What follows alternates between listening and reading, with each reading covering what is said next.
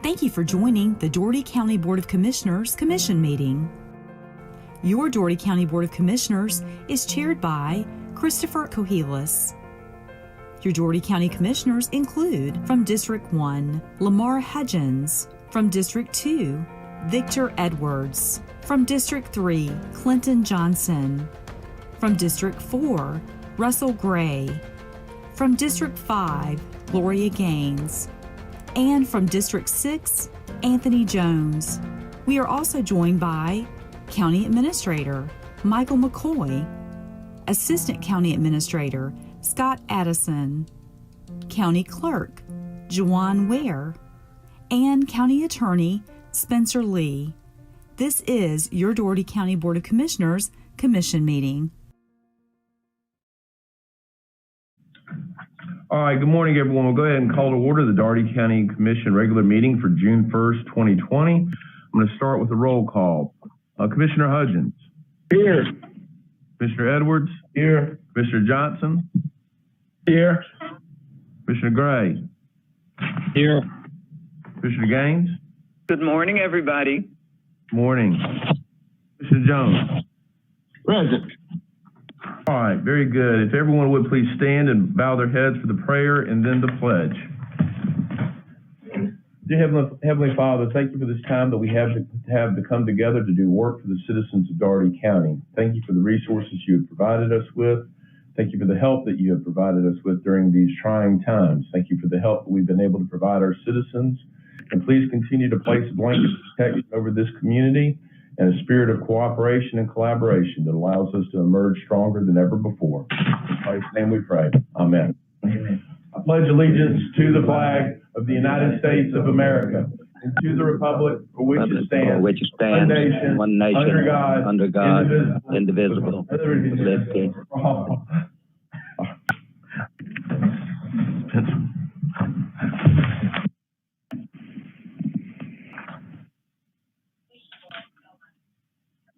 All right, let's move on to the first action item. Consider for action the approval of the May 18th regular meeting minutes. Is there a motion? So move. Second. Motion and a second. Any discussion? There being none, we'll call the matter for a vote. Those in favor signify by saying aye. Aye. Aye. Opposed, same sign. The ayes have it unanimously. Motion carries unanimously. All right, we'll move on to delegations. The commission will hear comments on those items pertaining to Dougherty County for which a public hearing has not been held or scheduled. We ask everyone to be brief, to the point, and considerate of time for others. Our first delegation is Chief Superior Court Judge Willie Lockett, who is present to provide an update on the Supreme Court's last order in court reopening. Good morning, Judge Lockett. Good morning. Thank you, Chairman Cohelis and members of the County Commission, Ms. McCoy. I will be as brief as I can. There's quite a bit of information to cover. I'd like to kind of just go through it, and certainly I'll be happy to try and answer any questions that you may have concerning the Chief Justice's second order, as well as the plans for reopening here in the Dougherty Judicial Circuit. We'll start with the statewide order, the second order. It prohibits us from summoning trial jurors and grand jurors and from conducting any criminal or civil jury trials. And the reason for that is the public health guidance on social distancing and other preventative measures make it impractical to go forward with jury selection and with criminal and civil trials. That's number one. Number two, the second order calls for the appointment of a task force of judges, bar members, prosecutors, public defenders, civil plaintiff and defense attorneys, court clerks, sheriffs, and the public to assist courts in continuing to conduct remote proceedings in court hearings, and also how to decide how we will eventually resume having jury trials and grand jury proceedings. We don't know how soon they'll be. I understand that committee has been appointed and perhaps has had one or two meetings, but we'll have to wait the outcome of that before we are given any authority to go forward with any civil or criminal jury trials. The third thing the order does is it encourages courts to continue and, in fact, to increase the use of remote video and teleconference technology to conduct hearings rather than doing so in person. There have been some changes to the rules that allow courts to require parties to participate in telephone and televideo conferencing, and that could be done as long as it complies with public health guidance and does not violate anyone's rights under the United States or Georgia Constitutions, any statutes or rules of court. The fourth item in that order, and the one which I think is most pertinent and that you'll be most interested in, is the order authorizes courts to resume certain in-person judicial proceedings, except, of course, jury and grand jury proceedings. But before doing so, each court has to develop a set of written guidelines on how to protect the health of all persons concerned, how to determine who will be allowed in the courthouse and in the courtrooms, how public health guidance on health screening of employees and visitors, social distancing, use of personal protective equipment, facility cleaning requirements, and high-risk individuals will be followed. As you know, our courthouse has essentially been closed to the general public for the past couple of months. That does not mean, of course, that we're closed for business. The courts have been open for business, and business has gone forward through any number of means, mostly televideo and teleconference. Also, our courts have been very accommodating to individuals who had business that needed to be transacted, even to the point of clerks meeting individuals outside the courthouse in order to receive their papers, make sure that they're filed, and what have you. But in connection with the item of the second order that I just mentioned, I am submitting today to the chief judges of the municipal, magistrate, probate, juvenile, and state court a set of guidelines, and I'm asking them to jointly adopt them so that we can reopen the courthouse and begin conducting in-court proceedings, particularly calendar calls, arraignments, and other proceedings. I will say these guidelines largely follow the Georgia Department of Public Health suggestions for screening visitors at the entrance to courthouses, current public health guidance from the CDC, and the best practices that are out there for curbing the spread of the coronavirus. They intended to open the courthouse in the safest manner possible on a limited basis until the task force figures out how we can safely resume jury trials and grand juries. The guidelines include the familiar public health strategies for visitors and employees, which you're all so familiar with, mandatory personal protection equipment, health screening, social distancing, and facility sanitizing. And if you will, let me tell you briefly how this will work. Before scheduling in-court proceedings, each judge will calculate the number of persons, including the judge, staff, witnesses, court reporter, attorneys, and the general public, that the courtroom can accommodate with the 6-foot separation. The judge would designate in the courtroom the seats that meet this requirement. The judge will create staggered calendars so that only the number of persons the courtroom will accommodate will appear at any given court session. Each court summons will ask persons who have COVID-19 or who live with someone who does or has symptoms or tested positive, been treated, or been quarantined to contact the court to request that their hearing be rescheduled.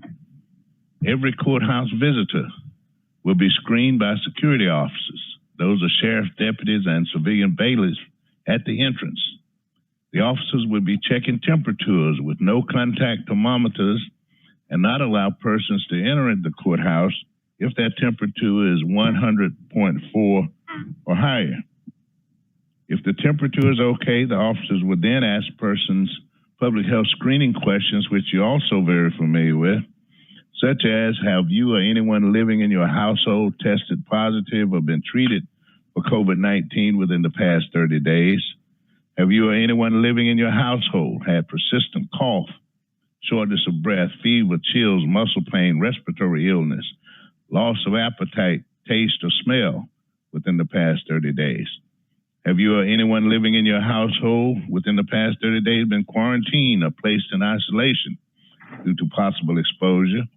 And if you're over 65, do you have heart, lung, kidney, or liver disease, diabetes, severe asthma, or any condition that weakens the immune system? Now, if anyone answers yes to any of those questions, of course, they will not be allowed into the courthouse. They'll be told to telephone the court that summoned them, notify the court what happened and the reasons, and request that the matter be rescheduled. Officers will also instruct persons who pass the screening that they must wear a mask and practice social distancing at all times. What about the employees who work in the courthouse? Well, the department heads for each of the departments in the courthouse, that includes, of course, the district attorney, the clerk, the public defender, the coroner, the sheriff, 911, they are responsible for screening their particular employees in the same way as the security staff will be screening the visitors. And they also have the authority, if an employee has a temperature over 100.4 or higher, has been exposed to the virus, can require them to leave work immediately, remain at home for a time, get tested, and or seek medical attention before returning.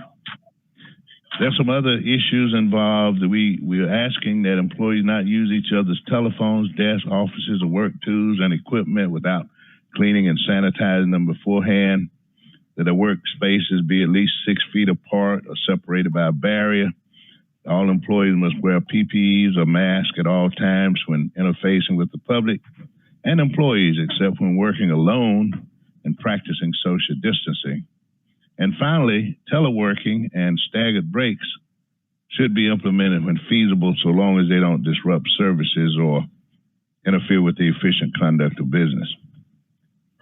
Now, this is another element of our guidelines. The courtrooms, including the bench, workstations, equipment, seats, all must be cleaned and sanitized by the janitorial staff between each session. Surfaces and other items in common areas used by multiple individuals, be they employees or visitors, have to be frequently cleaned and sanitized. Masks must be provided to all employees, and if they don't have their own, and gloves as needed, as well as masks to visitors who do not have their own. Sanitizing dispenser stations must be available for employees and visitors, as well as sanitizing supplies, such as wipes and sprays for employees. Now, there are many more details in the guidelines. As soon as they are adopted by all of the chief judges, I'll see that each of you get a copy. The courts are still committed to using technology to conduct as many proceedings as possible using video and teleconference. We've been doing that. We'll continue to do that, and we're going to use it as the first option as opposed to having individuals required to appear in person in the courthouse and in our courtrooms. But we do understand that there is a need for in-person proceedings, and that technology will not allow us to completely eliminate the need for individuals to come in person to the courthouse. But we're trying to open the courthouse on a limited basis and keep it as safe as we possibly can. And let me conclude by saying this. We're asking all our citizens to help us out. When you get summoned to court, contact the court right away. If you're sick or think you might have been exposed, to find out what you need to do to get your case rescheduled. When you come to court, wear your mask and practice social distancing. We need you to do that. Don't bring children or non-essential persons with you unless you just have to. And most of all, please be patient. When you arrive, we're all in this together, and we're doing the best we can to protect the health and safety of all citizens who have to transact business in the courthouse. I thank you, Mr. Chairman, Commissioners, Ms. McCoy, for your time. I've tried to be as brief as I could. Sorry I took so long, but I'll be happy to try and answer any questions if anyone has any at this time. No apologies needed, Judge Lockett. We appreciate your dedication during a very trying time and the amount of, or the number of issues that y'all have had to jointly tackle, particularly given the challenging circumstances that existed at the courthouse during the emanation of this pandemic. Any comments or questions for Judge Lockett? Question, Judge, Commissioner Jones, did you give us a date that you're gonna put that in force? I missed it if you did. Okay, you're absolutely correct. I did not, Commissioner Jones. This is the plan. I'm going to submit it to all of the judges. We've been collaborating on this. I've been the primary drafts person. I'm going to give it to them starting today. As soon as it's approved, each judge will then create his or her own calendar and set dates and notify parties to appear. And that will take place after they've been approved. Also, I want you to know that this process could start as soon as June 19th, but it's dependent upon arrangements being made to meet all of the guidelines. And what I'm talking about here is we've got to work with facilities management to deal with the issue of sanitizing and cleaning courtrooms after each session. We're working very closely with the sheriff. We got to address some issues concerning security. We are planning to have a separate entrance for employees so that they can be screened by their particular department heads. There are some nuts and bolts issues that we need to work out, but the best I can give you at this point, Commissioner, it will be late June or early July before all of this we expect to be up and running. Very, very good question. Thank you. Thank you, sir. All right. Any other comments or questions for Judge Lockett? Yes, Yes, this sir, is Mr. Chairman. Gloria. Yes. Commissioner Gaines, Gaines. good to hear you. How are you? I'm doing well. Thank you. Good, good. Hope your family as well as too. We are truly blessed. We really are. Good. Thank you. We had 3 members of my family hospitalized at one time and others who had some symptoms, but we're all doing well. Thank God for that. We do thank God for that, Judge. One question, it just occurred to me. Have you, given your recommendation, have you had an opportunity to think through how that slows your calendars down and your ability to, the timeliness of getting cases through? Would you say it would slow it down 25% or 50% or what, given the process you were proposing? Well, we do expect there to be perhaps some slowdown. We may have to change how we operate and how often we hold certain types of hearings, but it's going to be a major difference because, for example, with the arraignments, and I know Chairman Kahilis will recall this, for arraignments, we sometimes had 300 or 400 people in the courtroom at one time. And now we have to break that down to maybe 25 per hour and have hourly sessions with total sanitizing of the courtrooms in between. So I can't predict on a percentage basis how much delay that's going to cause, but certainly we expect that, you know, we'll be doing it differently for business as usual, and there are likely to be some delays. But I do want to say this too. We are under orders to address the essential functions first. And that means that the things that have the most at stake, we'll be doing them first. And it means that some things that are of lesser degree of importance will have lower priorities. So we're trying to figure all of that out. And I will say this, we've got municipal, magistrate, probate, juvenile, state, and superior courts. We all operate a little bit differently. So the judges have some flexibility in taking different approaches, but we plan to get as much done as we can and as fast as we can. One follow-up question, please. Thank you for that response. Have you, given that you're going to have to clean between sessions. And I'm sure that there may be other costs that we are not aware of. Have you been able to calculate the additional cost of operating under these new procedures? No, actually, I have not. I have conferred with Mr. McCoy on a couple of different occasions just to kind of let him know on behalf of the commission that there are some things that are required under these guidelines that the county as well as the city would be responsible for. They're primarily things that some may have a cost and some may not. For example, I'm not sure whether we have sufficient masks to give people who appear without them from other sources that we don't have to pay for. But again, the county may have to purchase more sanitizing stations and make sanitizing substances such as wipes and sprays available to the employees. Understand that we may have already acquired a sufficient supply of no contact thermometers and may not have to buy those.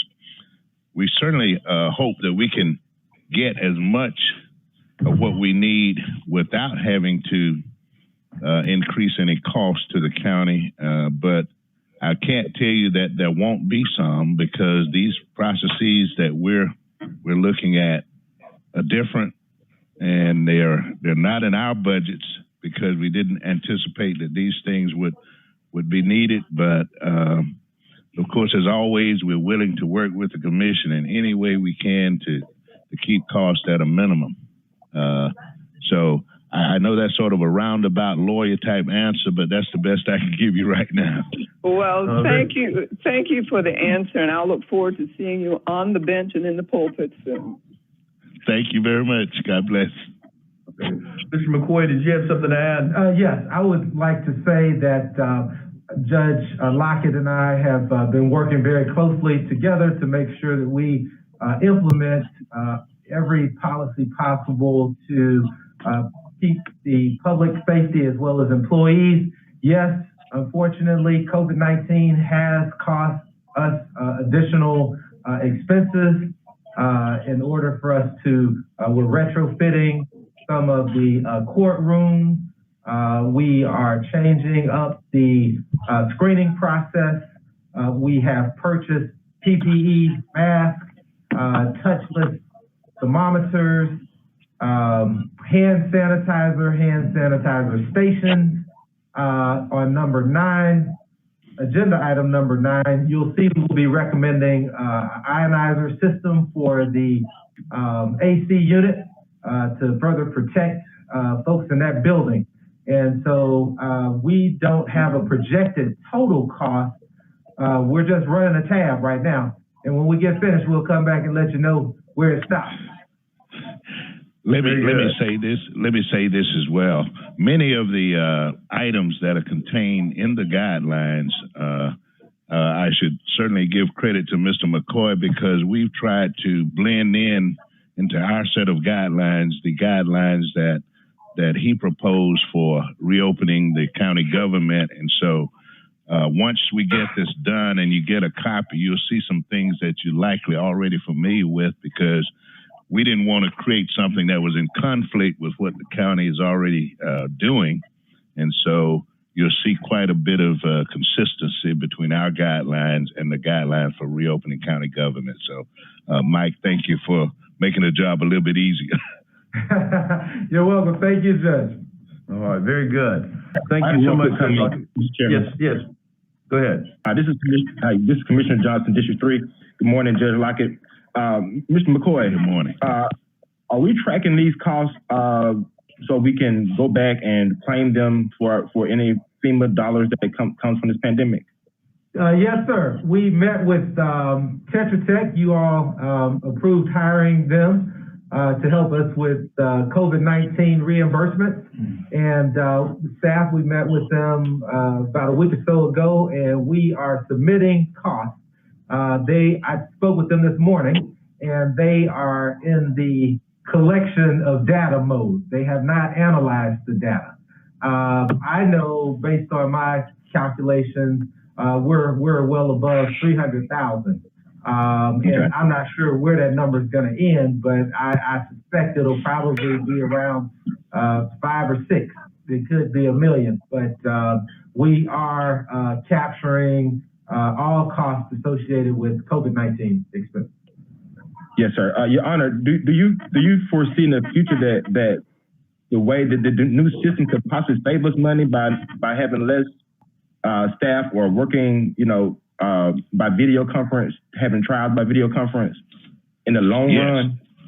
Yes, one of the things that's being worked on within the committee structure of the bar and the judiciary is what we call trials by televideo. And that, of course, means that there are cost savings. In fact, Commissioner, it's ironic, but that the fact that we have not had jury trials in the last couple of months has saved us a tremendous amount of money that would be reflected in the clerk's budget for jury cost. Because, we summon and we have many times 300 or 400 individuals that appear for jury service, and every day that they are here, by law, they are paid $25. And my guess is that probably over the last couple of months, we've canceled maybe 4 or 5 weeks of trials, and so we've kind of saved money on that end, not intending to, but as a result of the pandemic, those costs should be down significantly for the period of time that the courthouse has been closed. And in fact, sir, the Chief Justice's order doesn't expire until next Friday, and quite frankly, it'd be my guess that it will be extended further along than that, because it takes so long and it's so difficult to figure out how to do jury selection and jury trials and maintain social distance. Yes, sir. So I expect next Friday or before next Friday, the Chief Justice will extend that even further. So not to stick my hands into the clerk's budget, but some of those costs may be recaptured through savings from us not having to have jury trials and not having to pay jury compensation. Yes, sir. Thank you very much. You're welcome. Very good. Very good information. Thank you all. All right, very good. We thank you, Judge Lockett, for your time and your dedication. Thank you. Well, thank you. Let me just say this. We are going to post the guidelines once they're adopted on the courthouse. We'll put them on the website. We very well may have a press conference to announce to the general public the changes and the things that they might expect when they come to the courthouse. And we're going to get the word out in advance as well as we can through television, radio, and what have you, because the public has a right to know what we're doing. Thank you all very much, and thank you all for everything that you do to keep it all together for the citizens of Dougherty County. And if you need to hear from me again, please just let me know, and I'll be glad to share whatever information I have. Very good. Thank you, Judge Lockett. All right. And I don't see that we don't have any other scheduled delegations at this time. So I'm going to move on to consider for action the purchase of one 2020 John Deere 333G skid steer for the Public Works Department from Flint Equipment Company out of Albany, Georgia, in the amount of $96,934.30. 3 vendors submitted bids with only 2 meeting specifications, and the highest bid with comparable options of $118,969. Funding is budgeted in the SPLOST 6 Storm Drainage Improvement / Equipment. Mr. Addison. Thank you, Mr. Chairman, and good morning, everyone. We recommend acceptance of the bid from low bidder Flint Equipment. Thank you. Is there a motion? Motion to approve, Mr. Chairman. Second, District 3. All right, motion and a second. Any discussion? There being none, we'll call the matter for a vote. Those in favor signify by saying aye. Aye? Aye. All right, any opposed?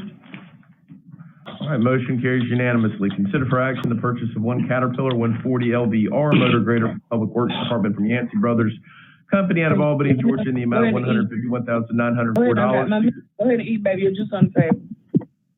Go ahead. 2 vendors submitted. Close the door. Okay. All right, everyone please mute your phones. All right, 2 vendors submitted bids with the highest bid being $155,293.72. Funding is budgeted in the SPLOST 6 Storm Drainage Improvement / Equipment. Mr. Addison. We recommend acceptance of the bid from low bidder Yancey Brothers for this bid. Thank you. Okay, is there a motion? District 3, motion to approve from District 3. Okay, is there a second? All right, motion and a second. Okay, any discussion? There being none, we'll call the matter for a vote. Those in favor signify by saying aye. Aye. Opposed, same sign. Motion carries unanimously. Consider for action the purchase of ionizers for the judicial building for the Facilities Management Department from RHC Inc. out of Albany, Georgia, in the amount of $25,380. 3 vendors submitted bids with 2 meeting specifications. That's bid being $28,079. Funding is available in SLOSS 5. Mr. Addison. Thank you, Mr. Chairman. These ionizers will actually help to clean the air through the HVAC system, and it's another way that we're trying to help protect the citizens and employees while they're at the judicial building. We recommend approval. Okay, is there a motion? So moved to approve, Mr. Chairman. All right, is there a second? Second. Okay, I have a motion from Commissioner Edwards, a second from Commissioner Gaines. Any discussion? Question, Yes, please. sir, Chairman. All right, hold on 1 second. I heard Commissioner Gaines with a question, then I heard Commissioner Gray. So we'll start with Commissioner Gaines. Yes, please. Is that the only building we expect to install the ionizer? No, ma'am. We are working to get bids for additional buildings, primarily the ones downtown, the Government Center, and Central Square, and I believe Central Library.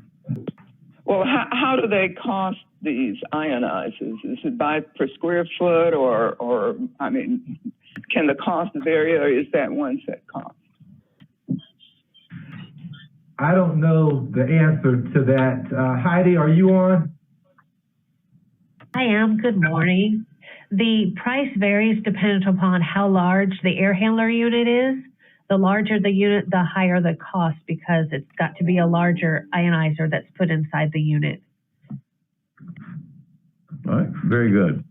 Commissioner Gray, did that answer your question, Commissioner Gaines? Yes, thank you very much. I would assume that since the judicial building is fairly large, may not be as large as our Government Center building, it may cost more and the libraries may cost less. Is that a proper assumption? Ms. Minnick? Ms. Minnick? Yes, ma'am. It's also going to be dependent upon how many units are actually in each area. That also depends upon the cost. But yes, ma'am, the judicial building, we look to outfit the largest pieces of equipment in there that fed the courtrooms, the hallways, and all of the offices, which is why it's such a large amount of money. Very good. Commissioner Gray? Yes, I was curious whether this was just a need we developed internally, or whether this was a suggestion from the outside that this would be a good to do. It was internally. We're trying to figure out ways to protect the public as well as employees as they conduct. Well, we're trying to prepare for reopening, and as you know, the judicial building was impacted quite severely by COVID-19, and that's why they popped up on the radar as a priority. And so we have this before you today, and then we'll come before you at a future meeting with the recommendation to purchase more ionizers for additional buildings. Right. Good point. So, I understand having technology that can clean the air in a smaller building. But when you're talking about such a large, high-ceilinged open airspace, does it really have the capacity to have a clinical impact and show measurable reduction in, disease exposure or viral exposure, number one? I mean, this is a pandemic. It is a seasonal novel coronavirus as it is, and it's within 6 feet. It's close contact between people, mostly spread from, it's not a highly airborne contagion. And so spending $25,000 to put an ionizer on an air handler for a building that's going to cause perpetual cost to the taxpayers and additional cost for every other building we've seen, we deem it necessary. I don't think the results are worth the cost on this. I mean, you're already going to pass a resolution requiring masks for all city and county employees, as well as masks and sanitization and health screening measures for everybody coming in city and county buildings. And that alone should be enough to make a substantial dent in it. And I think by the time these things get installed, we could very well be on a significant downslide of this. And yes, there could be a projected resurgence in the fall, but you have flu and everything else, and we haven't done it during bad flu seasons. I'm all about protecting people, but I don't know that this cost is going to generate the results that we would expect to see from it. There's to your point, Commissioner Gray, I do know that there's been a move in the marketplace, and also with a lot of our larger scale churches in the community that are likewise employing the same technology. And I'm not a technical expert on any of this, but I do think that there is some technical support that it helps with preventing the recirculation of the virus. And there's some interesting articles out there. I cannot speak to it in great detail, but I do know that there is some support out there, or what I'm looking at right now. There seems to be some significant support, rather, for this type of investment in terms of having an impact on COVID-19 and other infectious diseases as well. So, but I think your point's well taken, and obviously that's something we have to analyze. Can Mr. McCoy or Mr. Addison or Ms. Minnick speak to the technical impact of this investment, so as to address Commissioner Gray's question? Well, we believe that this technical solution is designed to make the air safer, and we recommend this solution for our building, and that's our position. Is this a UV based ionizer, Ms. Minnick? Good morning. It's actually a bipolar ionization system, and it's also going to create an energy savings up to 30% because you're going to be reducing your outdoor air intake. Oh, wow. Which means you're reducing the pressure in the building. You're still maintaining the correct pressure that you need, but it's also going to save us money on our utilities. And this particular unit doesn't use a UV light, so there is no maintenance required other than us to look at it to make sure that it's running. It cleans itself. It has not been tested, of course, against the coronavirus. Nothing out there has. But this will clean the air of mold. It'll clean the air of smoke. It'll clean the air of all of your pathogens and kill them, bacteria, viruses. It'll also help individuals like myself and many others who have allergies and asthma. So this is not only going to help clean and sanitize the air, but it's also going to be a little bit of an energy savings. That's, so I've got an article here, and thank you for clarifying that, because I wasn't quite sure what type of ionizer it is. And Commissioner Gray, I'll send you this. There's a good article on bipolar ionization that was produced by Business Insider. I'm just going to read from it real quickly. Bipolar ionization is experiencing a surge in popularity as the coronavirus pandemic fans concerns about air quality.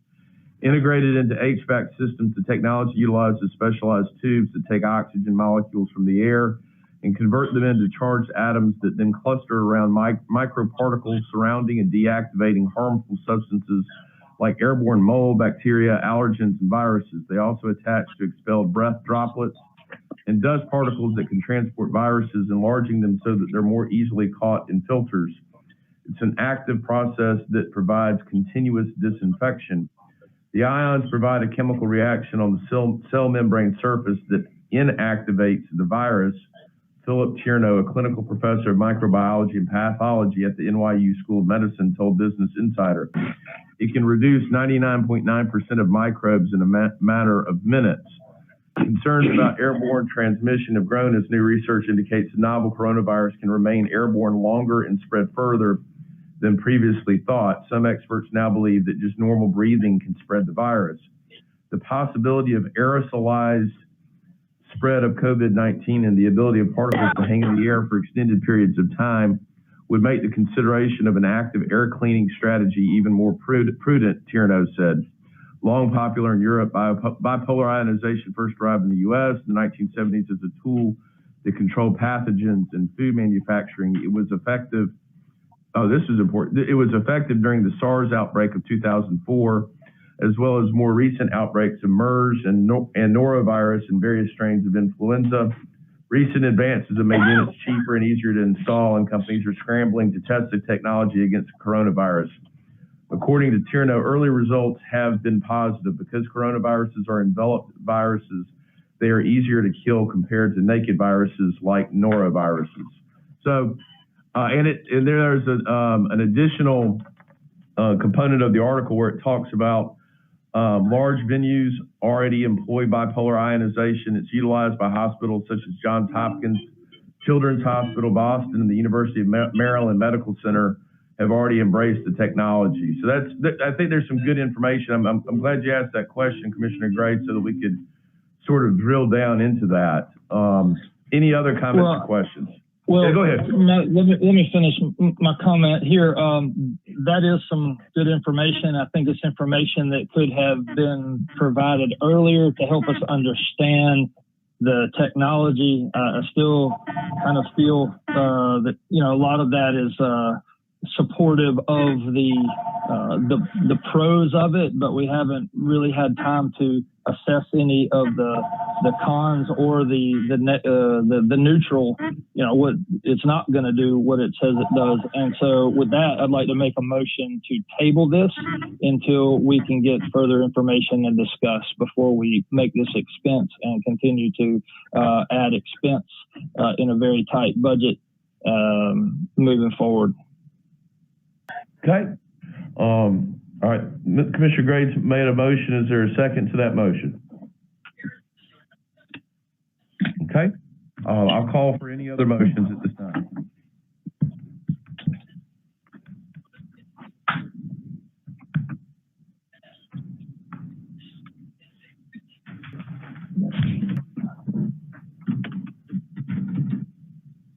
All right. Is there a motion to approve the expense? Motion to approve. Issue 3. All right, is there a second? Second. All right, motion and a second. Any discussion? Should be no. Call them out for a vote. Those in favor signify by saying aye. Aye. Aye. Opposed? Aye. Okay. District 4. Thank you, Commissioner Gray. The minutes will reflect a 6-1 vote. Thank you. All right, consider for action the recommendation from the District Attorney's Office to apply for a U.S. Department of Justice Innovative Prosecution Solutions for Combating Violent Crimes grant in the amount of $340,000. This is a 100% grant with no local match.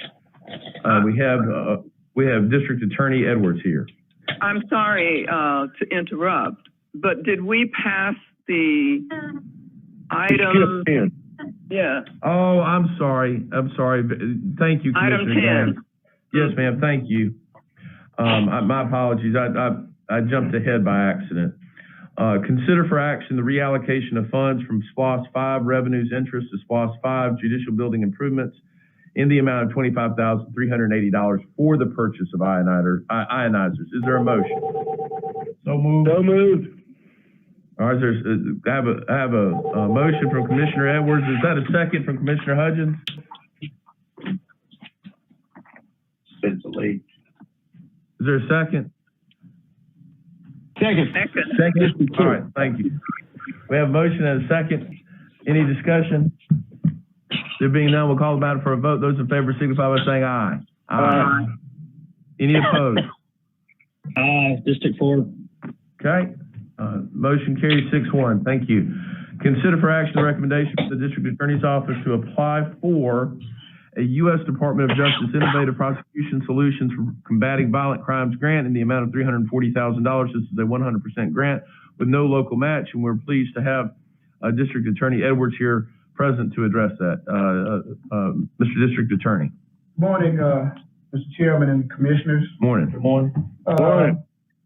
I'm here asking for the opportunity to apply for this federal grant, which has been, we were alerted to it by our partners from the Department of Justice. This Department of Justice grant is entitled Innovative Prosecution Solutions for Combating Violent Crime. And it is a 100% grant. There are no required matching funds. And essentially what we're asking is for the opportunity to apply for this grant. The grant itself would be available for different applications. I can use it for improving technology that we would like to have with our courts and our prosecutions. And we think that it is a competitive grant. I think there are going to be at least 6 of these grants awarded nationally. I think that we should be given priority because of 2 factors. Number one, we are a rural area, I think, in relation to the requirements of the grant. And also we are a high poverty area in relation to the grant. So we should be given some priority. And I think that what we want to ask for will be given priority by the Department of Justice. What I want to do with the things, with the grant would be including one innovative aspect, I think, of prosecution that's helpful in this area. It's pretty clear that there's a lot of activity sometimes in our less affluent neighborhoods. And perhaps working through the Project Safe Neighborhood operations and neighborhood watches, what I want to do is get technically available surveillance equipment and get that in the hands of our neighborhood watches. And I think that what we have as a practical matter, we have some of our more affluent neighborhoods, they have the ability to get surveillance equipment, to do things, to record what's going on in their neighborhoods. And I would like to use this opportunity to provide opportunities for our less affluent neighborhoods that have neighborhood watch programs to give them equipment. And one of the things about violent crime, particularly gang crime, is that people are afraid to talk. And things that can help us if we have surveillance equipment out in the communities where violent crime is going on, and using that information and put that in their hands. And that will be one of the things I want to try to accomplish with that money on particularly a trial basis. Other things that I would do directly would be to improve some of our equipment that we're using in trials to transcribe interviews and other activities that are going on with our cases. I believe in using PowerPoint presentations for our juries, and it seems to be a very proficient way to get information to juries. We want to update our PowerPoint programs. We want to make sure that my lawyers have additional computers to process their work. These are some of the things that can be accomplished, I think, that are allowed under the grant. The grant is for $340,000 at a max. As I mentioned, there's no requirement for a matching fund. And so I'm asking for permission to ask for this money. All right, very good. Is there a motion? Motion to approve, District 3. Second, District 6. Motion and a second. Any discussion? One question, please. Commissioner Gaines? I yield. Yes, thank you. Mr. District Attorney, if you could please explain whether or not this grant is much more after the fact and less preventive, is there any element of this grant that really does address prevention of crime rather than prosecuting after a crime? Well, it seems to be a hybrid of both. And what I wanted to do, like I said, is getting to get surveillance equipment out to the neighborhood watches and making it making it a big deal. That, we are going to be able to keep track of our activities in the community. And with that notion that, that information is out there, hopefully that will be a preventive measure, prophylactic measure such to help prevent crime. And again, once we have information that we can get, and in fact, as an analogy, public housing already has this type of equipment. Some of our public housing agencies have been instrumental in solving at least 2 homicides here in Dougherty County. That actually happened. So what I want to do is get that out to our neighborhood watches and get that out to the less affluent communities so that information can be utilized for prosecution. I hope it's some sort of hybrid, both to prevent crime, to let people know that we're able to track what's going on, and number 2, effectively deal with it when we get it. In your opinion, has, I guess, research shown that cameras do indeed prevent crime? I would have to say yes. And what I'm saying is, we've seen this going on a lot. And in fact, the events going on right now have been the results of cameras being present. The police brutality issues, all of these things, I think now that has happened, that, the availability of surveillance, all these things are going to make a big difference.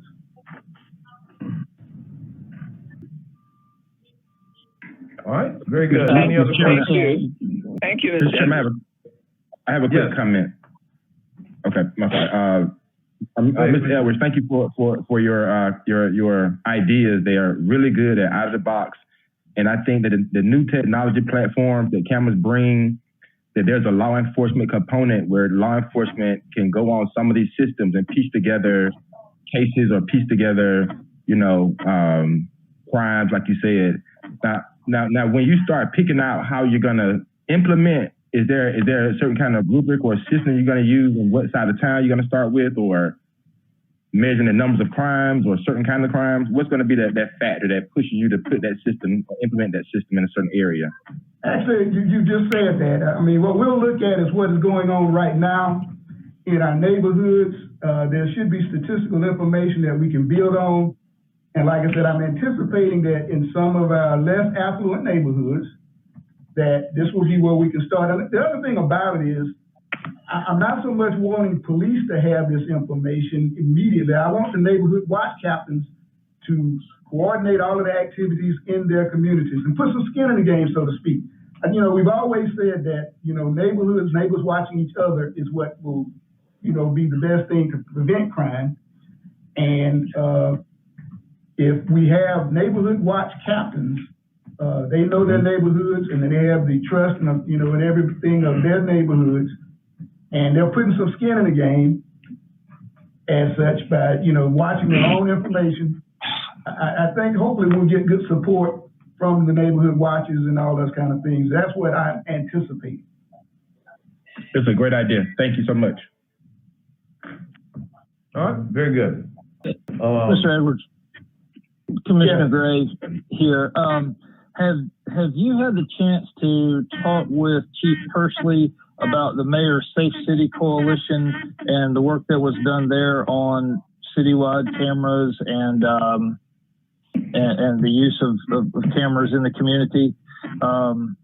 First off, second, I'm glad this is 100% grant. I think as good as cameras sound, I think anytime you target a population with temporary cameras, it begins to infringe on civil liberties, and you begin to target populations, which is certainly something that's been, hot in the news lately. And I think it would be, unfair to just deploy cameras in areas like that. And I think the law enforcement community has had some issues trying to do that in the past.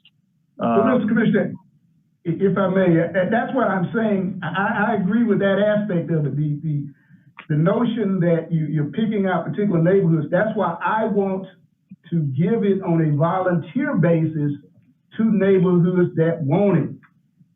And we can provide that for them. And we want them to monitor it, not Big Brother watching, as the fear of people that, have this, that police are doing all of the surveillance. We just want to get them equipment to help monitor the neighborhood.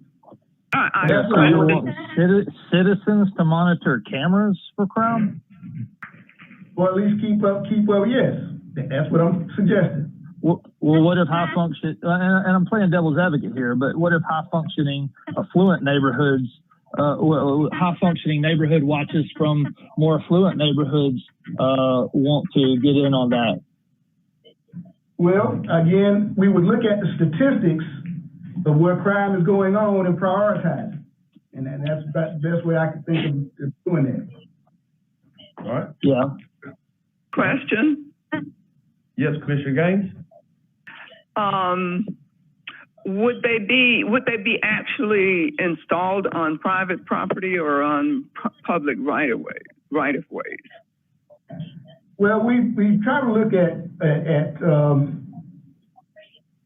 the neighborhood watch members agreeing to have the cameras located around the various parts of the neighborhood. And what I'm saying is I want to get neighborhood buy-in and participation with this process. And if they agree for their own properties to be covered, the neighborhood watch commander is sort of, the central loci for keeping the information. And, that's the concept. I want citizen involvement in this process. That's the concept. All right. Very good. At this time, I'm going to call the matter for a vote. Those in favor signify by saying aye. Aye. Any opposed? Motion carries unanimously. Consider for discussion the plan. Is that correct? Consider for discussion, action. I'm sorry. Consider for action. Strike through that on item 12. And please, everyone, mute your phones, please. Consider for action the plan of Dougherty County to expedite delivery of disaster recovery funds to CDBG DR recipients by adopting a streamlined process for Section 106 review of CDBG DR projects. Dougherty County plans to sign an agreement which will exempt it from reviewing the types of activities that will not cause harm to historic properties. CDBG DR Manager Georgia Collier Bowling will address. Good morning. Good morning, everyone. How's everyone doing this morning? Very well, thank you. Great. Just to briefly explain what it is. When you're doing projects, HUD requires. Yes, sir. I just want to make sure it was showing up. Everyone, please mute your phones. I've got control options. I want to make sure I didn't have you muted. No, I muted it. Okay, thank you. All right, go ahead. You good? Okay, sorry. So what HUD requires that when we're doing projects, that those projects under Section 106, that they had to be verified to make sure that those projects that they are carried out and approved or funded won't have any effect on historic properties. So what happened a few years back? A decision was made between HUD and FEMA that when FEMA initially comes out and do the reviews of the damages, that FEMA goes ahead and does a clearance for the environmental component of it for the property. And so what this agreement basically says is that HUD is allowing FEMA coverage that has been done already for the environmental. They're allowing us, or they're allowing the state DCA to use those clearances that are already in effect that FEMA has already done. So we don't have to go back and do the exact same thing that FEMA has already done. So the state signed an agreement with HUD and with FEMA and with the tribal agencies to okay that. And so then being that we're a subrecipient underneath the state who's receiving disaster funding, so an agreement has been issued for Dougherty County to sign off on, and that's basically what that agreement says, is that, you know, we would be using the for the Section 106 properties. We would be using the environmental clearance that's already been carried out and approved by FEMA initially in the beginning of the storm assessment and damage process. Okay, very good. Is there a motion? Motion to approve, Mr. Chairman. Mr. Fritz. Is there a second? Second. All right, motion and a second. Any discussion? Does this require a decision on our part or not? No, it's actually informative in that by law we have to. It has to be a part of the agenda because we have to run it through as a public notice for the public, and so that's why it's posted at the county building. And I also sent a copy to the Historic Preservation Committee that included Mr. Fullerton, Mr. Wakeford, Mr. Lee, Mr. Bucknam, Mr. Hamburger, Mr. Riley, Mr. Vignolet, and Ms. Wilson and Ms. Sager. And also a copy was sent over to Paul at the City of Albany.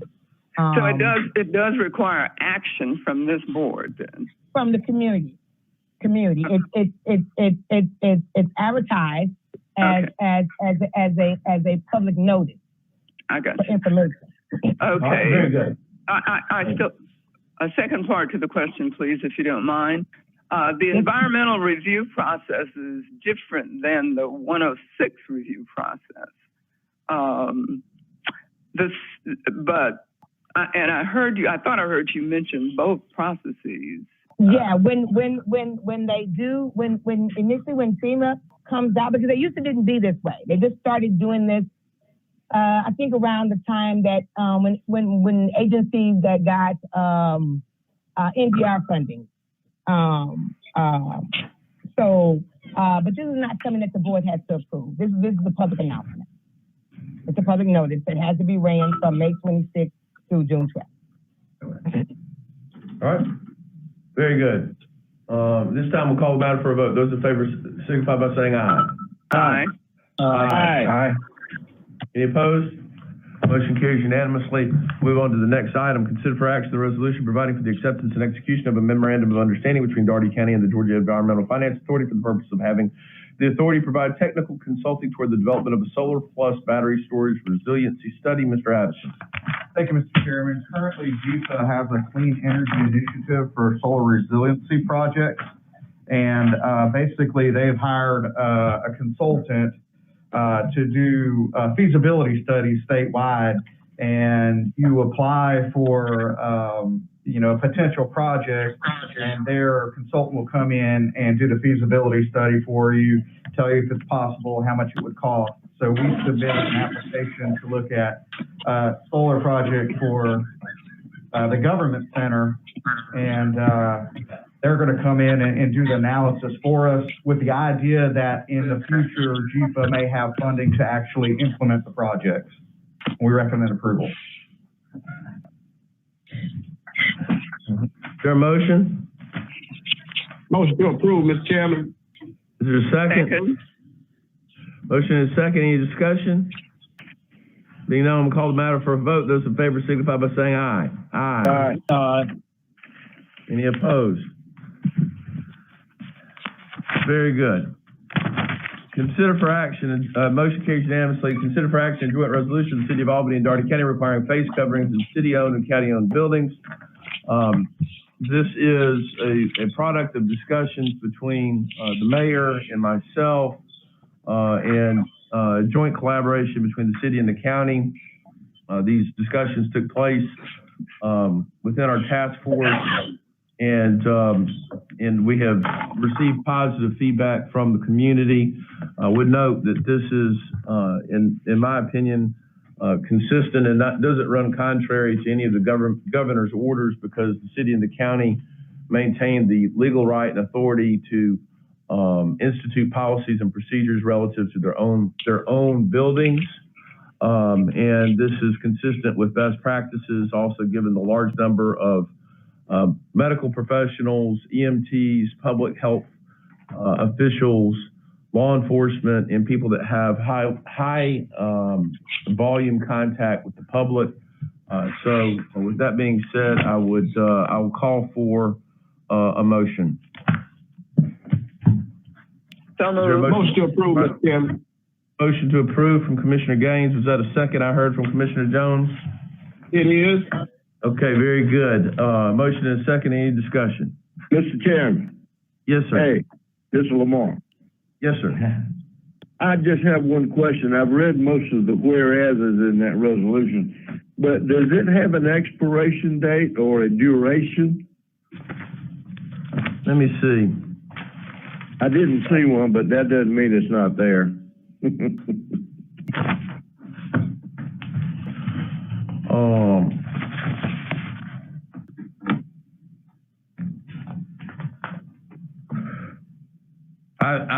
I'm not seeing one as I'm scanning it right now, but what I would say is, to that point,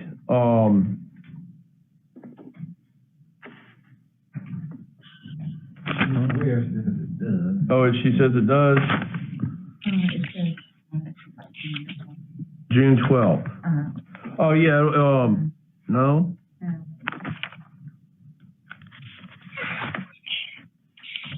There isn't one.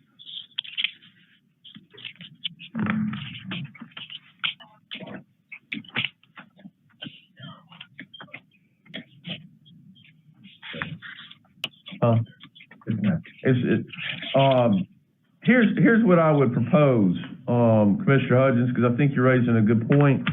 And I would say I'd recommend June 22nd. June, we plan to reopen. How about we do that with the? Why not until further notice? Well, that's a fair point, until further notice. And that could be a long time. That could be. Would y'all feel more comfortable with us biting it off for 60 days and then come back and revisit the issue in 60 days? That's good with me. Okay. Is that an alternate motion I heard from you, Commissioner Hudgens? Well, I'm for it. I just didn't know if it was an open-ended situation, or, if it had I understand exactly. What I'd ask for, Commissioner Hudgens, if you would make a motion to approve conditioned upon it expiring, or at least it would have to be renewed. It would last no longer than 60 days, and we would add language to that effect into the motion. Would you make that motion, sir? Yes, I'll make that motion. Okay, very good. Is there a second? Second. All right, motion and a second. Any discussion? There being none, we're going to call them out for a vote. Those in favor signify by saying aye. Aye. All right, any opposed? Motion carries unanimously. All right. Presentation and review of the proposed fiscal year 2021 budgets as recommended by the Finance Committee. Finance Committee Chairman Lamar Hudgens, County Administrator Michael McCoy, and Finance Director Martha Henley will address. And I'm going to turn things over to our Finance Committee Chairman, Hudgens. Mr. Chairman, I don't have my book. I don't know if it made it to me or not, but the Finance Committee is recommending all the budgets as presented. The general fund has an asterisk by it. Looking at the revenues, they're just too fluid for us to make any recommendation regarding the revenues on the general fund, by the end of May. But we do recommend the expenditure side of the general fund budget. So if that makes sense. Yes, sir. All the others, we recommended unanimously as presented. Okay, and this we'll be discussing the budgets over the next several weeks, and yes, right.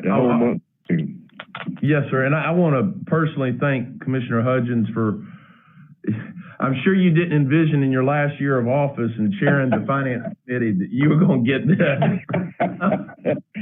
No, sir, I didn't. Well, we sure do appreciate you, and I want to say thank you to the finance committee for its hard work, and to Mr. McCoy and Ms. Henley. This information you provided us, these recommendations, I understand the environment in which they're produced, and I would just ask all the commissioners to digest this information as we continue to move forward. Did you have something else, Commissioner Hudgens?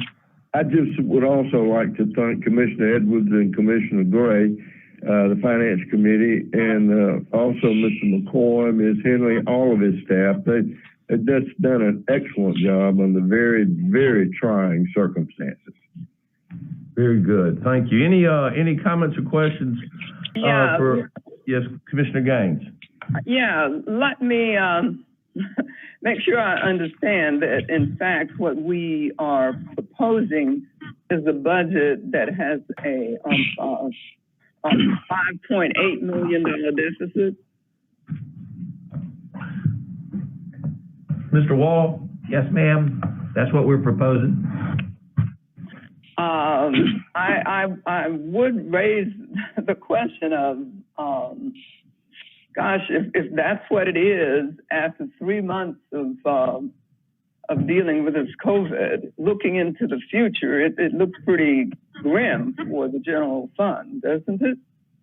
Yes, ma'am. So what we were thinking about as a staff, recommending to Mr. McCoy, who then recommended it to y'all, is that nobody knows what the revenues are going to be. We don't have a clue. And so we tried to come up with the worst case scenario of how little could revenues be and how much fund balance would we use. And you all as a Board of Commissioners made the very hard decision 2 years ago to raise property taxes to restore your fund balance. And I call it a rainy day fund. And right now it's pouring rain. And so you have this rainy day fund that's there for you. We don't think you're going to use $5.8 million. Martha is going to update finances every month and bring it to Mr. McCoy and bring it to y'all either monthly or quarterly. And if the revenues are as bad as we think it's going to be in this budget, then we'll probably bring to you all these various cuts, furloughs, holidays, time off, those kinds of things to cut the expenses. But if revenues are somewhat better than what this budget predicts, you'll know that as well, and we'll have avoided a lot of the drastic cuts, and you won't spend that much in fund balance. So, Commissioner Gaines, you have the luxury of being able to adopt a budget that assumes a $5.8 million expenditure of your fund balance. Most governments don't have that much fund balance. They can't do that. The Georgia law requires a balanced budget. And so I've given it a long-winded answer, but I hope I've made sense that we only expect to spend $5.8 million, but this is the worst case scenario. Yes, sir. I also looked at the fund balances over time. I think there was, I can't put my hands on it right now, but my recollection is that in 2016, we had a higher fund balance than we have now. And since then, we've had a tax increase. So that kind of disturbs me a little bit. So you're right. In 15 and 16, your ending fund balance was $16 million. What page is that on? I don't remember. My page 2, it says. Page 2 of what? Yes. Of the general fund budget, your book. That's correct. Mm-hmm. Right. Okay. And so what had happened, if you remember where we had the tax increase, it was at 16 million. We had gone down to 12 million, and we were expecting to go on down to 8. And so when you adopt the tax increase, preserved the 12 and actually added to it in 2019 and closed just shy of 14 million, 13,708,000.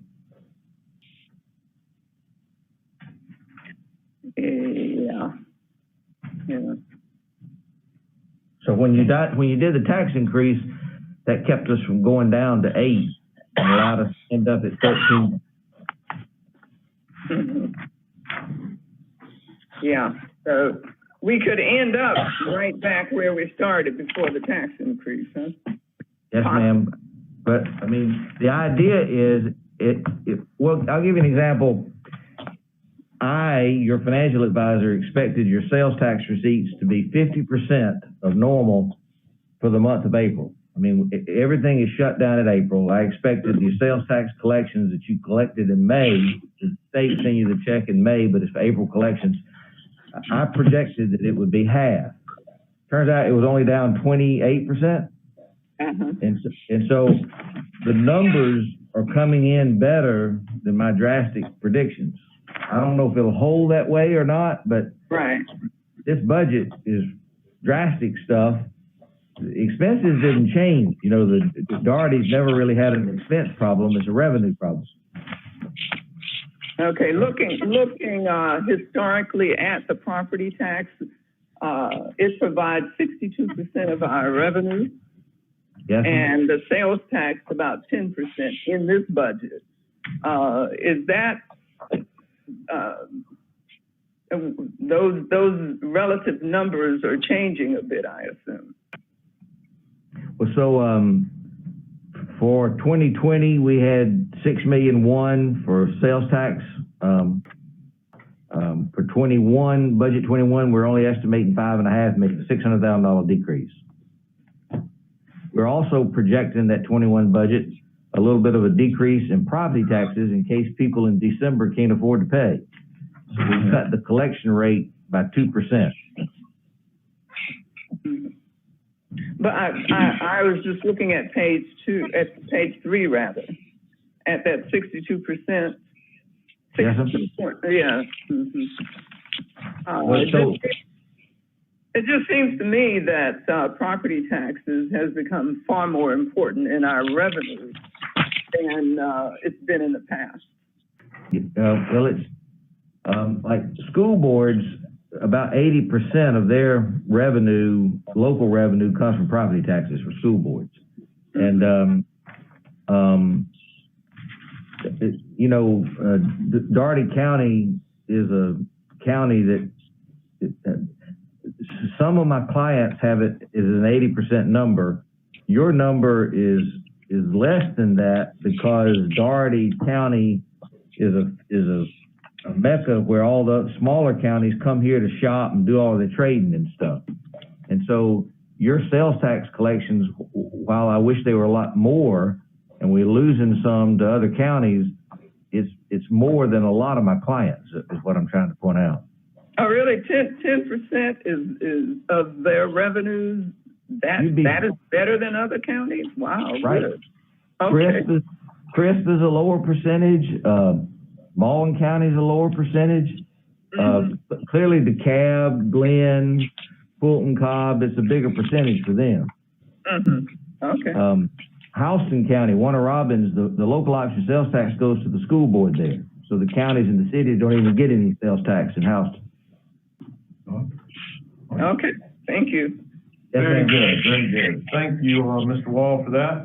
I'm going to now close out item 15, and I'm going to turn to Mr. McCoy. Do you have anything else? Yes, sir. We're going to present all of our budgets today, and we will start with the general fund since we started down that path. But I'd like to back up and say thank you to Chairman Hutchins on his last run as the chairman of the Finance Committee, his last Finance Committee meeting, and the members of the Finance Committee. Thank you all so much for working with us to get to this point.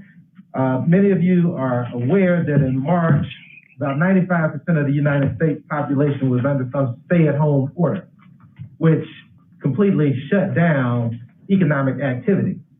Our revenues are dependent upon economic activity.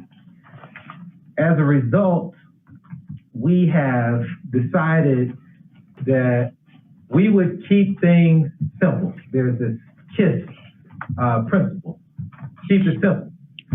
And so as a result, when we were going through our budget process, it was in March, COVID hit, stay-at-home orders hit, we shut down, we realized the economic shortfall that we were going to be facing. And as a result, we rolled back all the budget requests. So we got close to $1 million above the FY20 budget in requests. So our department managers felt that in FY21, they needed $1 million more. It was about $800,000 actually, to carry out their services. What we did, we cut it and went right back to FY20 levels, which is pretty unheard of. This is less than inflation. Inflation's been about 2%. What we're presenting to you today, well, there have been some changes. I'll back up and say that since we met with the Finance Committee. And so we have made some changes, and Mr. Wall will present those to you. But what we're trying to do is keep it simple and focus on the fiduciary responsibility that we have, and that is to pass a balanced budget before the beginning of the next fiscal year. We have a balanced budget in front of you. Because of your leadership in passing that tax increase, we have the financial wherewithal to weather this storm. And I would say weather it better than a lot of communities in this state. So, and that's the good news, because we'd have a different conversation if we didn't have this cash on hand. And so what we're recommending to you to minimize any adverse economic effect on or the delivery of services to the citizens of this community and economic effect on any employees, we are asking you to delay making any drastic decisions at this time. A lot of communities are looking at furloughing folks, reducing pay, a lot of things. And we don't think that we're there in Dougherty County. And we're asking you to consider a $5.8 million transfer from the reserve fund to balance this budget. Potentially. Yes, right. That's the worst case scenario. Yeah, that's the worst case scenario. This is the worst case scenario budget. And again, we need to pass a balanced budget. This balances our budget. The expenditures are good. There's just so much uncertainty on the revenue side. And so if you'll keep that in mind, we don't want to get bogged down on what if, because nobody knows what our revenues are going to be. So if you give us to the first quarter, we'll come back in April with an amended budget based on the financial realities of at least 3 months of data, of actual data. And so that's what we're proposing to you. All our other funds are doing well. Solid Waste Enterprise Fund, fine. Special Services District, fine. The general fund, problem. We have a problem. But yes, ma'am. A couple of points, and I know you, and I hate to interrupt you at this point, but it's on my mind. Two things. If it's possible, as we go along, adopting this budget, knowing that it's worst case, if there are things that you can undertake to make it a better case, just looking at where you can actually cut it as you get into the budget. Just seems to me that there needs to be a concerted effort to do that. And the other thing is, will there be any provisions in CARE that would help us to decrease the deficit that's included in this budget? In the CARES Act, rather. Yes, ma'am. The CARES Act puts $2 trillion into the economy.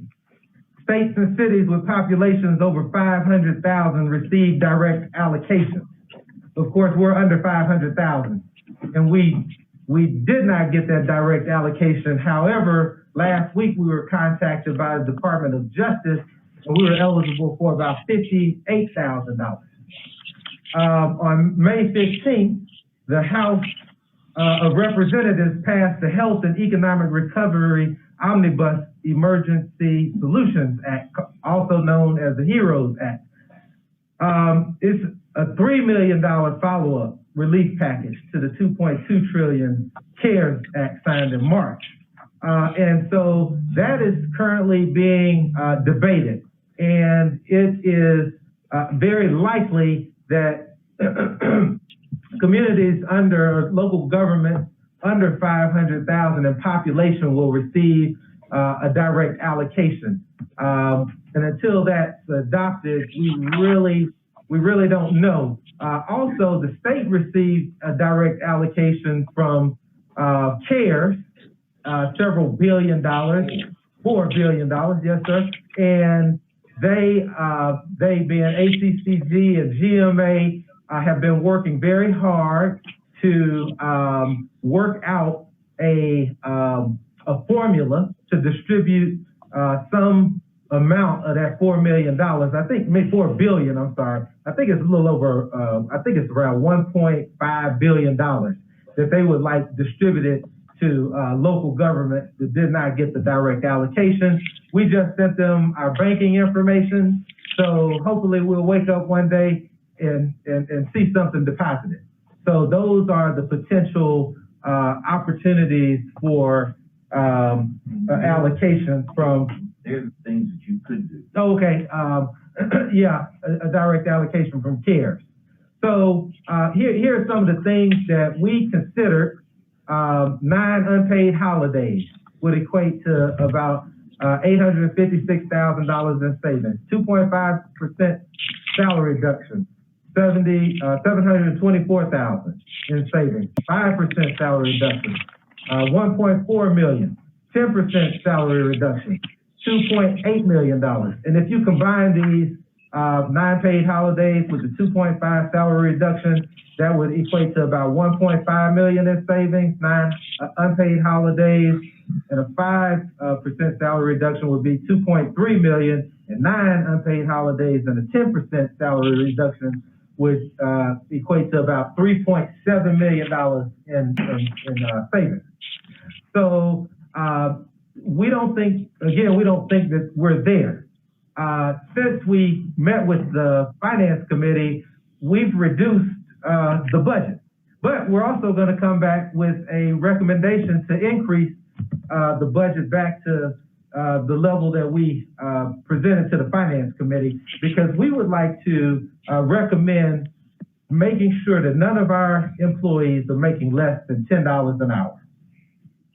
Okay, so we had to pull out about $181,000 out of library since we met with the Finance Committee. So instead of $400,000 increase, we're back to around $200,000. But we would like to potentially, we need to go and do further research to find out how much this is going to cost to get our employees at least at the floor of $10 an hour. We think it's somewhere around $200,000. So we would be right back at what we presented to the Finance Committee at, I think, 0.8% increase, budget increase. And again, if you compare us to other communities, we have a very flat budget. This is not the case in most places. And again, we're under inflation. We're under inflation, and we are constantly, as this is a fluid situation, trying to determine how we can continue to deal with the expenditure side. But again, our big problem is revenue and the uncertainty around revenue. I do have another question, Chair, if you will permit.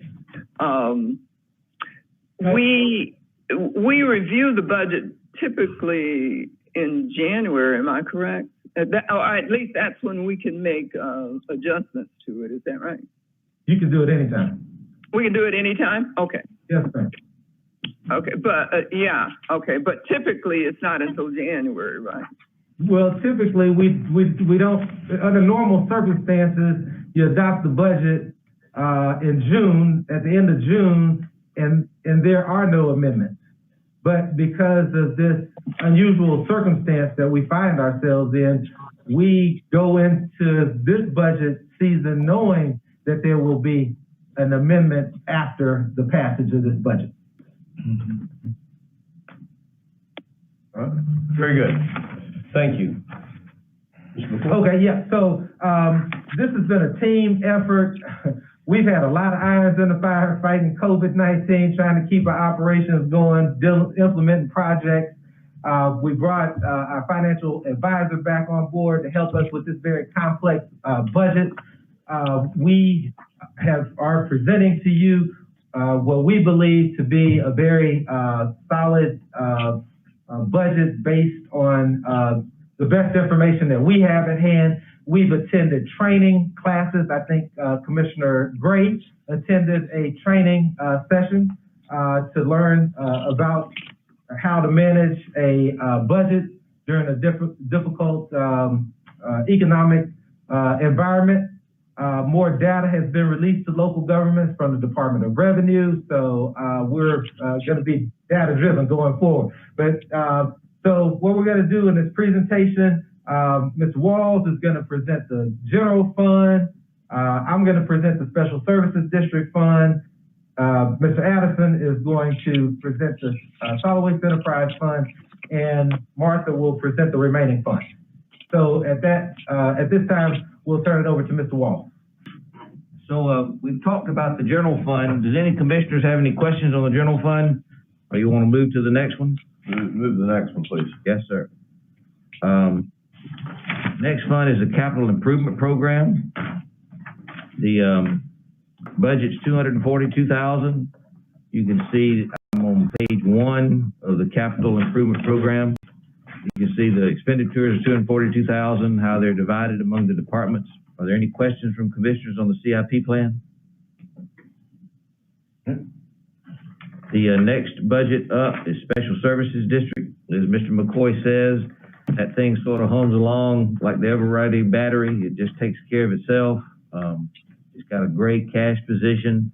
The budget's good. There's no problems there. Any commissioners have any questions on it? Go to the solid waste. Again, solid waste is a great fund for y'all. It's been able to provide the cash for all your disasters. You're waiting on money back from the Fed, but the solid waste fund has been wonderful. Its budget's taken care of. It is in good shape. We're waiting still on $8,435,000 from the Feds for hurricane damages and tornado damages.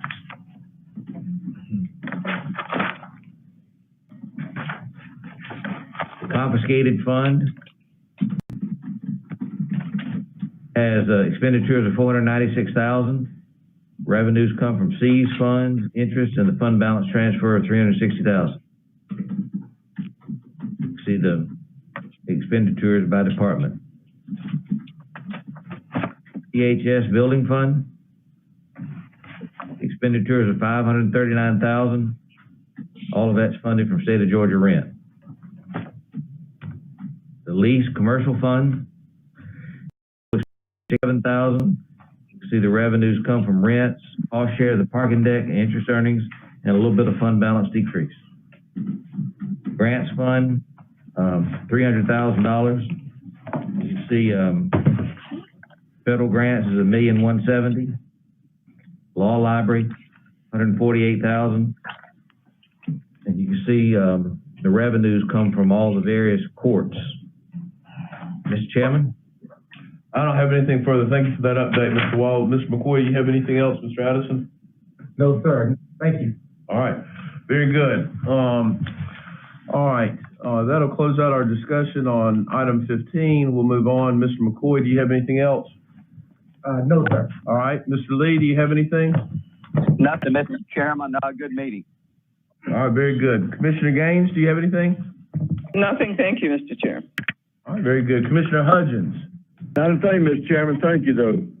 Very good. Commissioner Gray? Yes, I just want to again reiterate sincere thanks from a citizen standpoint and as a fellow commissioner. Thank you to Commissioner Hudgens for his dedication to this budget process for so many years. Well, thank you. Very good. All right, Commissioner Johnson? Commissioner Jones? Yes, sir. I do have something. 2 Chronicles 7:14 says, if my people who are called by my name would humble themselves, pray, seek my face, turn from their wicked ways, then will I hear from heaven, forgive their sins and heal their land. I'm hurting, I'm disappointed, but thank God for Jesus. COVID-19 affecting and killing African Americans at an alarming rate due to underlying health conditions, the lack of health care. And African Americans jogging through an affluent white neighborhood, trapped and killed by 3 men. A black man in Central Park bird watching. A white woman comes in, her dog is off a leash, distracting the birds, and he asks, would you please put your dog on a leash? She calls the police and says, I'm going to tell them that you are threatening my life and you are threatening my dog's life and me.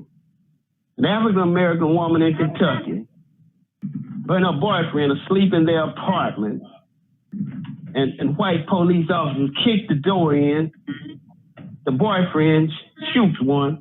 They kill his girlfriend. An African-American man takes a knee prior to the beginning of all professional footballs in protest of how black African-American men are being killed at an alarming rate. He is banned from playing football for the rest of his career. A white police officer in Minnesota places his knee on the neck of a handcuffed African-American man, places his knee on his neck, places his hands in his pockets while his other 3 comrades sits there and watches while he murders this man in broad daylight. The man cries before his death, mother, help me. The officer, I am appalled at this. It appears African Americans are a part of a failed social experiment, sometimes a failing society. Thank God for social media and most of these. God for Jesus. That's all I have to say. Thank you very much, Commissioner Jones. Commissioner Edwards. 2 quick things. Just again want to reiterate the praise with Commissioner Hudgens for being the chairman of the Finance Committee, and in good times and bad times, he's always been a great leader, bringing us a positive budget, and even allowing us to, as commissioners, to slip different things in to get approved from county outreach programs. And I just want to take my hat off to him and, in his last meeting.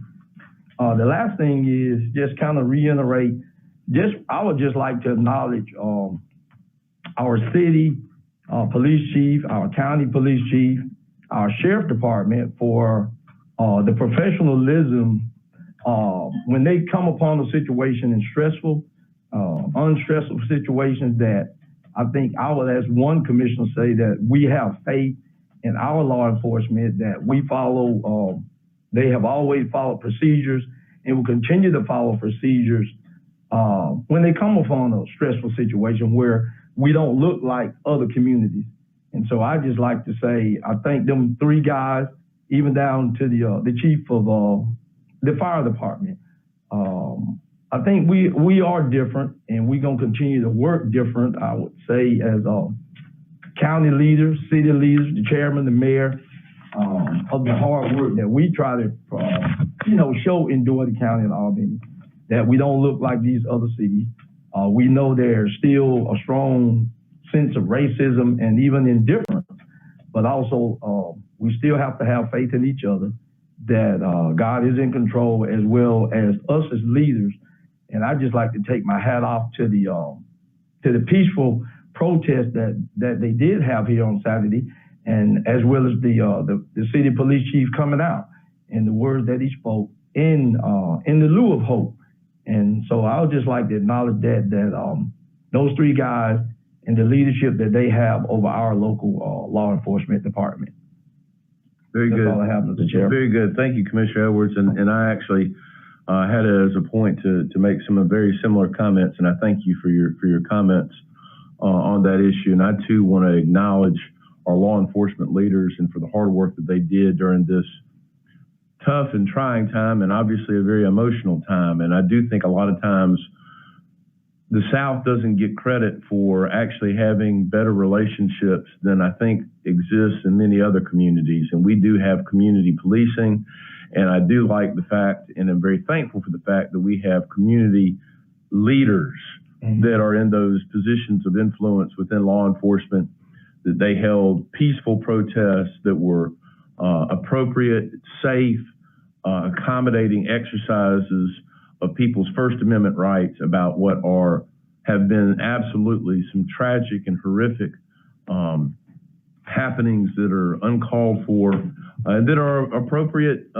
subjects for peaceful protests. And I applaud those men for their gentle courage, their leadership, and the soothing presence that they brought to the people that were absolutely correctly exercising their rights and making sure that our community experienced peace in a time of mourning. So I applaud your comments. I join in your comments, and I want to thank the sheriff, Chief Persley, Chief Johnson, also EMS Director Allen was there, and I believe also Chief Scott also had an impact as well. So I want to thank all of those men for their hard work and dedication. With that being said, we are adjourned.